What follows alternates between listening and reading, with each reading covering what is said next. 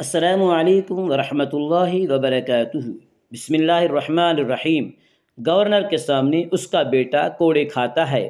حضرت عمر بن عاص رضی اللہ تعالی عنہ امیر المؤمنین عمر بن خطاب رضی اللہ تعالی عنہ کے عہد خلافت میں مصر کے حاکم تھے۔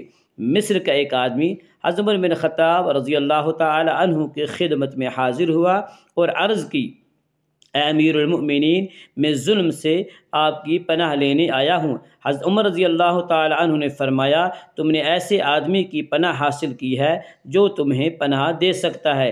مصری بولا، میں نے حضرت عمر بن عاص رضی اللہ تعالی عنہ کے بیٹے کے ساتھ گڑ دوڑ میں مقابلہ کیا۔ میں اس سے آگے بڑھ گیا تو وہ مجھے کوڑے مارنے لگا اور کہنے لگا، میں شریف خاندان کا بیٹا ہوں۔ یہ شکوہ سن کر حضرت عمر رضی اللہ تعالی عنہ نے مصر کے حاکم حضرت عمر بن عاص رضی اللہ تعالی عنہ کو خط لکھا کہ وہ اپنے بیٹے کے ساتھ تشریف لائیں۔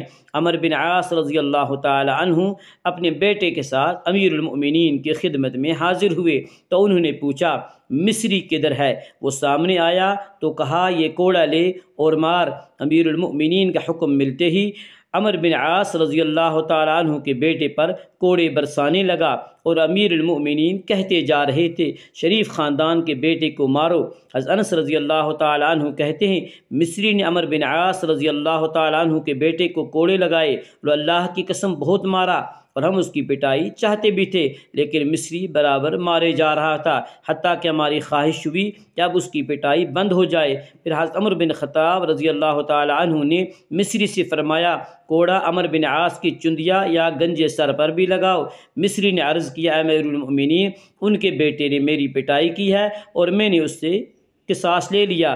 پھر امیر المؤمنین عمر بن خطاب رضی اللہ تعالیٰ عنہ عمر بن عاص رضی اللہ تعالیٰ عنہ کی طرف متوجہ ہوئے اور فرمایا، تم نے لوگوں کو کب سے غلام بنا رکھا ہے جبکہ ان کی ماؤں نے انہیں آزاد جانا ہے؟